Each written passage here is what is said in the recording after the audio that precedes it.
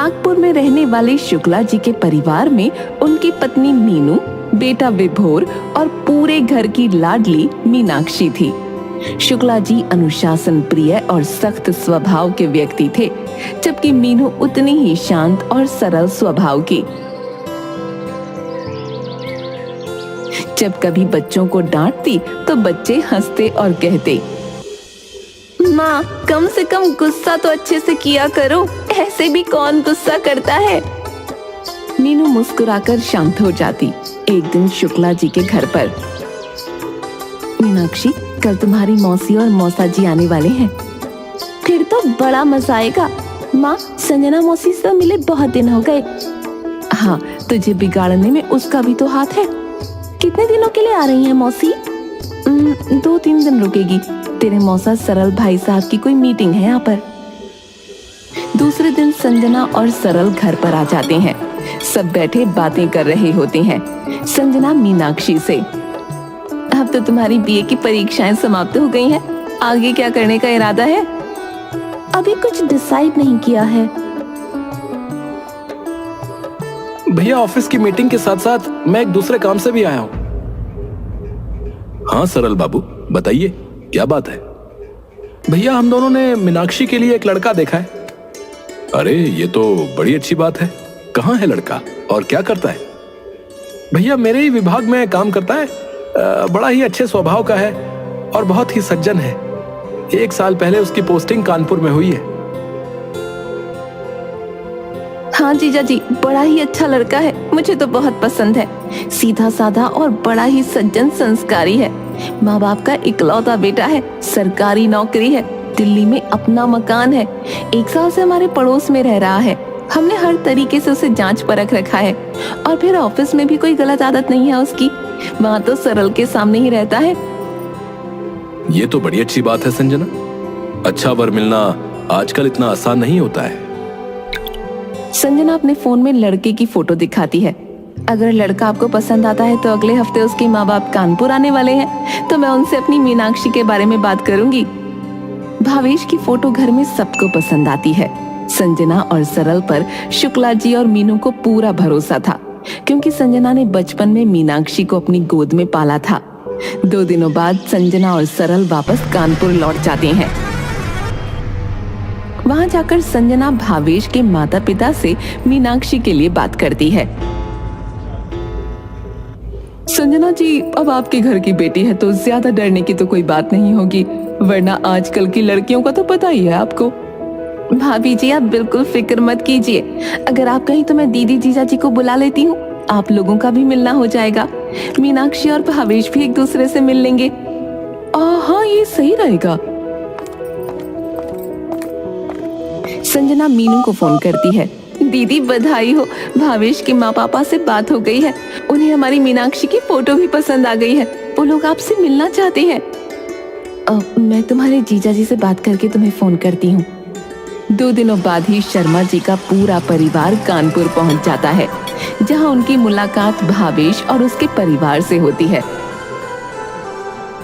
भावेश की माँ मीनाक्षी से, पढ़ाई लिखाई तो ठीक है बेटा, पर ये बताओ घर का काम कर लेती हो या नहीं? जी कर लेती हूँ आंटी। देखो भाई, मेरे भावेश को अलग अलग तरह का खाना खाने का बहुत शौक है, इसलिए हम सबसे पहले यही चाहते हैं कि हमारी बहू को खाना बनाना अच्छे से आता हो। भाभी जी सांझ को आज क्या, आज का सारा खाना मीनाक्षी ने बनाया है और हमारी मीनाक्षी को तो खाना बनाने का शौक है। इसके खाने की तारीफ अब मैं अपने मुंह से क्या करूं, आप खुद खाएंगे तो आपको पता चल जाएगा। अच्छा, अगर खाना बनाना आता है तो तुम हमारे एक एग्जाम में पास हो जाओगी, और दूसरी चीज, हमें बहू से नौकरी नहीं करानी।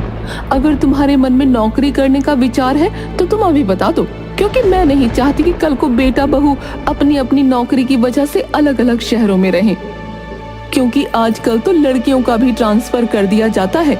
और वैसे भी मेरे लड़के की सरकारी नौकरी है, किसी चीज की कमी नहीं है। जो लड़की भी इसकी पत्नी बनेगी राज करेगी वो तो। काफी देर तक दोनों परिवारों के बीच बातचीत का सिलसिला चलता रहा। खाने के बाद भावेश और मीनाक्षी को संजना कुछ देर के लिए टेरेस पर भेज देती है।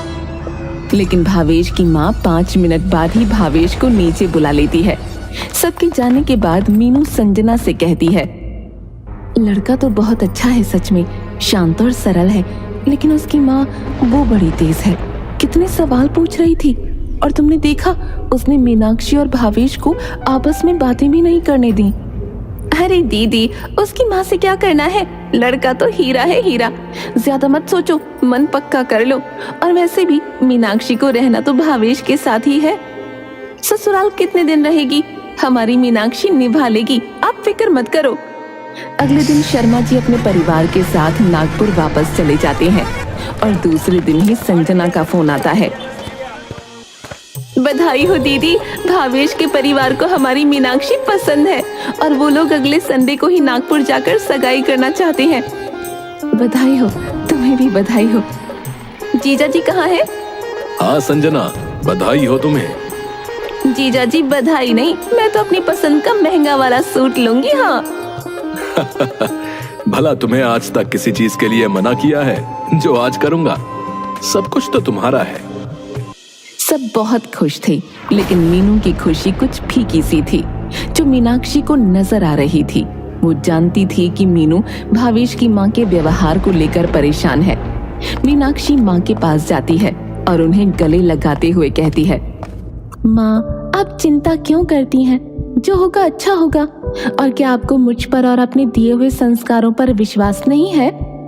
मीनू प्यार से मीनाक्षी के चेहरे पर हाथ फिराते हुए, विश्वास पूरा है बेटा, फिर भी तू मेरे कलेजे का टुकड़ा है ना, इसलिए मन उदास है।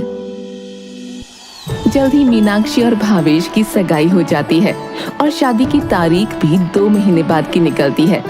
मीनाक्षी और भावेश के बीच फोन पर बातें शुरू हो जाती हैं। इन 2 महीनों में वो दोनों एक दूसरे को काफी अच्छे से जान चुके थे। शादी के बाद मीनाक्षी 15 दिनों तक अपने ससुराल में रहती है, पर उसे हमेशा भावेश की माँ से डर लगता था। एक दिन भावेश की माँ मीनाक्षी को बड़े प्यार से अपने पास बिठाती हैं। क्या बात है मीनाक्षी, तुम हमेशा मुझसे डरी डरी क्यों रहती हो? नहीं, ऐसा तो कुछ भी नहीं है मासी माँ जी। बेटा मैं जानती हूँ मेरा स्वभाव थोड़ा कड़क है, लेकिन जो कुछ भी है मैं साफ साफ कहने में विश्वास रखती हूँ। भावेश मेरा इकलौता बेटा है, मेरा सब कुछ, और आज से मेरा बेटा भी तुम्हारा है। जितना प्यार मैं उससे करती हूँ उतना ही तुमसे भी करूंगी, लेकिन ये सब तब हो सकेगा जब हम दोनों के संबंध अच्छे होंगे, क्योंकि हम दोनों के बीच के संबंध का अच्छा होना भावेश के लिए बहुत जरूरी है, और मैं अपने बेटे को कभी दुखी नहीं देख सकती। माँ जी, मैं आपको शिकायत का मौका कभी नहीं दूंगी, आप मुझ पर भरोसा कर सकती हैं। तो फिर आओ, इसी बात पर मेरे गले लग जाओ। मीनाक्षी थोड़ा झिझकती हुई भावेश की माँ के गले लगती है, लेकिन भावेश की माँ मीनाक्षी को दिल से गले लगाती है, जैसे मीनू उसे लगाती थी। दोनों की आंखें नम हो जाती हैं। जल्द ही मीनाक्षी और भावेश कानपुर चले जाते हैं। संजना स्टेशन पर, तो आप हैं हमारी नई पड़ोसन? ये सुनकर मीनाक्षी जोर से हंसने लगती है। हाँ, मैं हूँ आपकी नई पड़ोसन। संजना मीनाक्षी को घर व्यवस्थित करने में पूरी मदद करती है। कुछ ही दिनों में सरल का ट्रांसफर आगरा हो जाता है और संजना और सरल आगरा शिफ्ट हो जाते हैं। अब मीनाक्षी थोड़ी अकेली पड़ जाती है। संजना, मौसी के जाने के बाद तुम सारा दिन घर पर बोर हो जाती हो। एक काम क्यों नहीं करती, एमए का फॉर्म भर दो, क्योंकि पढ़ाई इंसान को हमेशा इतनी जरूर करनी चाहिए कि कभी जरूरत के समय उसके काम आ सके। आप सही कहते हैं, मैं भी यही सोच रही हूँ कि क्या करूँ। ठीक है, मैं एमए का प्राइवेट फॉर्म भर देती हूँ। दूसरी तरफ मीनाक्षी के भाई विभोर की भी शादी तय हो जाती है। मीनाक्षी और विभोर की पत्नी उर्मिला की आपस में बहुत अच्छी दोस्ती हो जाती है। दोनों रोज फोन पर बातें किया करती थीं। मीनाक्षी विभोर की शादी के लिए मायके पहुंच जाती है और जल्दी ही मेहमानों का आना शुरू हो जाता है। अरे मीनाक्षी, साल होने को आया तेरी शादी को, अब हमें नानी बना दे जल्दी से। मीनाक्षी मुस्कुराकर चली जाती है। शादी में बहुत चहल पहल होती है, लेकिन सब मीनाक्षी से यही बात पूछ रहे होते हैं। जानते हो, सब एक ही बात पूछ रहे थे कि बच्चा कब कर रही हो, बच्चा कब कर रही हो। पहले अपना एमए तो कंप्लीट कर लो, क्योंकि पढ़ाई और बच्चा दोनों संभालना मुश्किल है। हाँ, मैं आपकी बात से पूरी तरह से सहमत हूँ।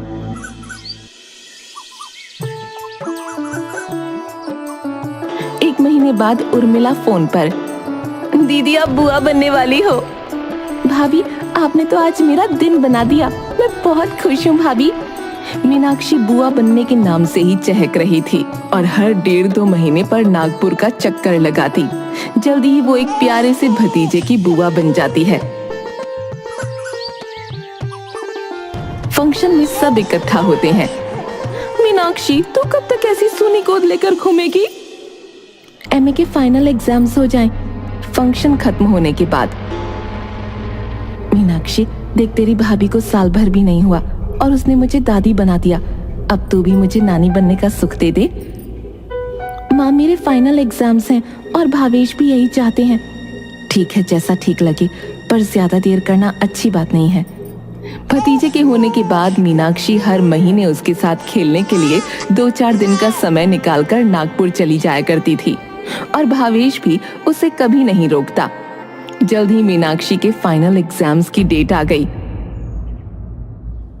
मीनाक्षी, एग्जाम की डेट आ गई है, तुम्हें पढ़ाई पर पूरा ध्यान देना होगा। हाँ, अब मैं सब छोड़कर सिर्फ एग्जाम्स की तैयारी करूंगी। जल्दी ही मीनाक्षी का रिजल्ट भी आ जाता है और वो अच्छे नंबरों से पास हो जाती है। विभोर फोन पर, मीनाक्षी तुम फिर से बुआ बनने वाली हो? सच में भैया, इस बार मुझे भतीजी चाहिए। वो तो ठीक है, पर मुझे मामा कब बना रही हो भाई? क्या भैया, अब आप भी शुरू हो गए। मैं फिर से बुआ बनने वाली हूँ। बधाई हो बुआ जी, लेकिन आपने हमारे बारे में क्या सोचा है? मैं बुआ बनूंगी और आप फूफा। अब तो तुम्हारे फाइनल एग्जाम खत्म हो गए हैं, इसलिए मैं 1 महीने के लिए नागपुर जाऊंगी। फिर हमारी फैमिली प्लानिंग का क्या होगा? हाँ, मीनाक्षी मुस्कुराने लगती है।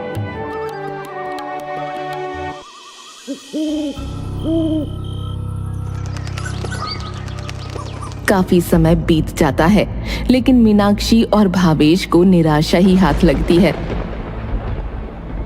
भावेश चलो ना, आप डॉक्टर के पास चलते हैं।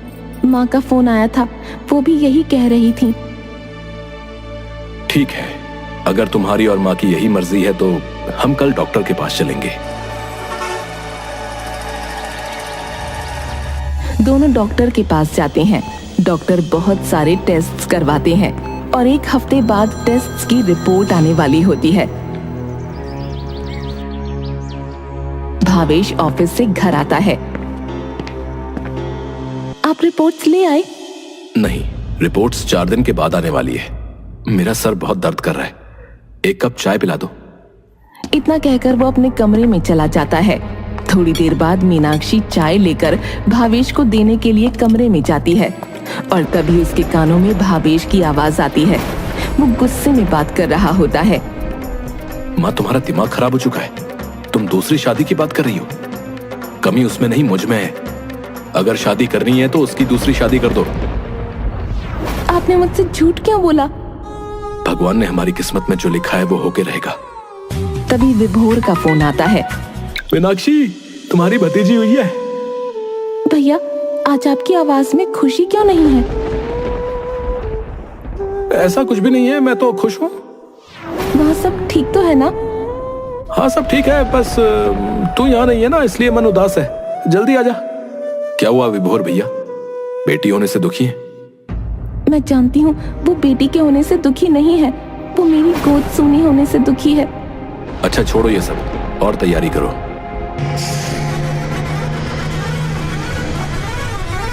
जल्दी मीनाक्षी और भावेश नागपुर पहुंच जाते हैं। इस बार मीनाक्षी के चेहरे पर हमेशा की तरह रौनक नहीं थी। वो बच्चों के साथ खेलती मुस्कुराती, पर कहीं ना कहीं एक खालीपन दिखता। मीनाक्षी, क्या बात है? तुम्हारे मन में कुछ चल रहा है? मुझे बताओ।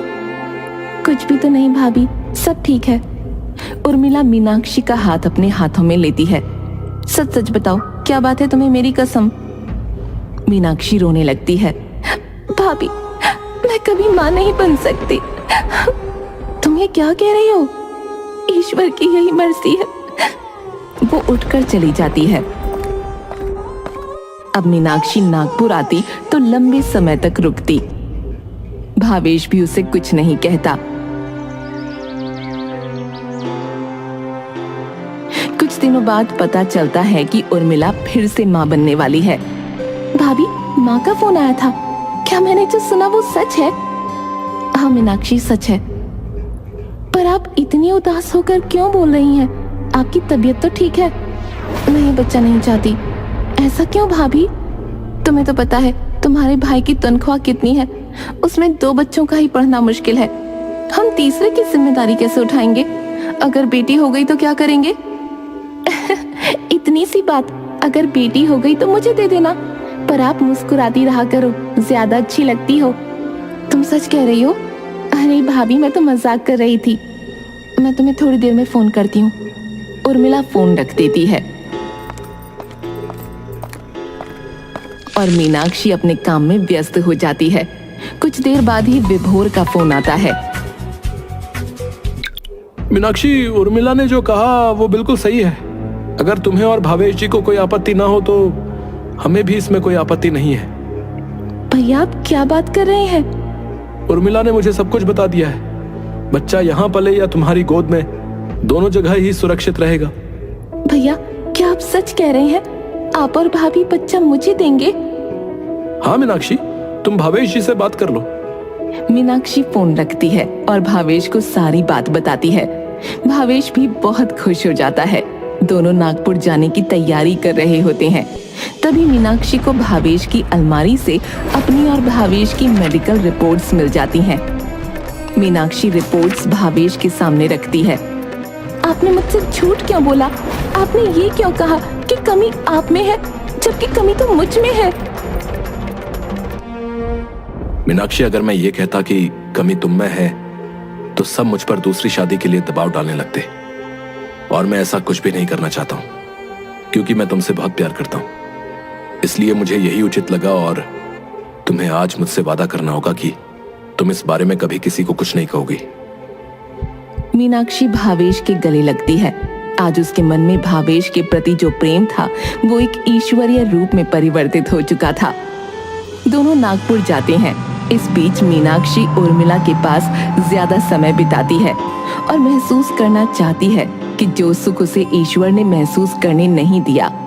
जल्द ही उर्मिला की तीसरी डिलीवरी का भी वक्त आ जाता है। मेडिकल प्रॉब्लम्स की वजह से डिलीवरी में बहुत तकलीफ हुई। बधाई हो, आपके घर लक्ष्मी आई है। माँ और बच्चा दोनों कमजोर हैं, उनका ध्यान रखने की बहुत जरूरत है। माँ बनने की बधाई हो। आपको भी पिता बनने की बधाई हो।